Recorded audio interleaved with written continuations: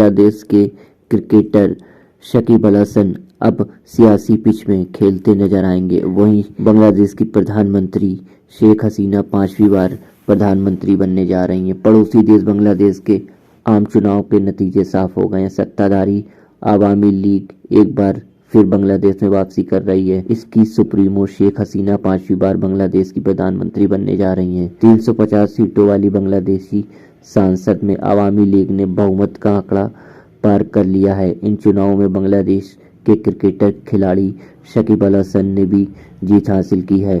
वह सत्ताधारी आवामी लीग से ही चुनाव लड़ रहे थे। इन चुनावों के लिए मतदान 7 फरवरी को कराया गया था। इसके तुरंत बाद ही मतगणना चालू हो गई। अब तक की मतगणना में शेख हसीना की आवामी पार्टी 190 से अधिक सीटों पर आगे है। प्रधानमंत्री शेख हसीना भी गोपालगंज 3 सीट से भारी मतों से जीत गई हैं। वहीं लगभग 50 निर्दलीय उम्मीदवार भी जीतते दिख रहे हैं। जातीय पार्टी बांग्लादेश की दूसरी सबसे बड़ी पार्टी बनकर उभर रही है। जातीय पार्टी को अब तक लगभग 11 सीटों पर बढ़त मिल रही है। बांग्लादेश की प्रमुख विपक्षी पार्टी मानी जाने वाली बांग्लादेश नेशनल पार्टी ने इन चुनाव का बहिष्कार किया था। इसके पहले ही 2019 में बांग्लादेश में चुनाव हुए थे।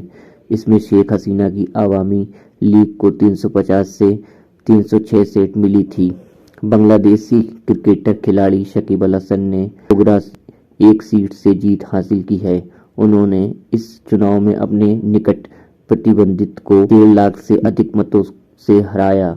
वह चुनाव से अधिक दिन पहले ही आवामी लीग में शामिल हुए थे। हालांकि वो क्रिकेटर खेलना जारी रखेंगे। बांग्लादेश चुनाव को देखते हुए आए विदेशी पर्यवेक्षक ने भी इनकी प्रशंसा की है। उन्होंने इन चुनाव को पूरी तरह से निष्पक्ष बताया है। इस बार बांग्लादेश के चुनाव में 40 मतदान हुआ है। हालांकि इसके पीछे मतदान के समय में कमी को कारण माना जा रहा है। बांग्लादेश के इस बार के चुनाव पर पूरी दुनिया की नजरें थी। अमेरिका ने कई बार अपने कदमों से दिखाया था कि वो अब आगे और शेख हसीना को सत्ता में नहीं देखना चाहते हैं। जब चीन और रूस जैसे देश बांग्लादेश से रिश्ते में के लिए शेख हसीना को ही सही विकल्प मानते आए हैं। शेख हसीना चुनाव जीतने के साथ ही विश्व में सबसे ज्यादा समय तक राज करने वाली महिला प्रमुख बन गई हैं। वह 1996 से 2001 और 2009 से लगातार बांग्लादेश की प्रधानमंत्री रही हैं। शासन काल में काफी विकास हुआ है।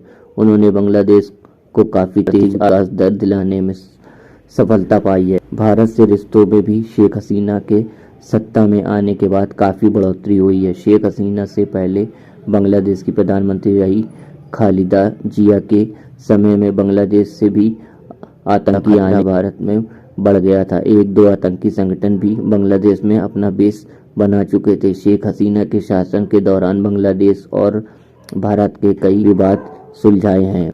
बांग्लादेश के इन आम चुनाव में हिंसा की भी चिटपुट आई। हालांकि किसी बड़े स्तर पर हिंसा नहीं हो पाई।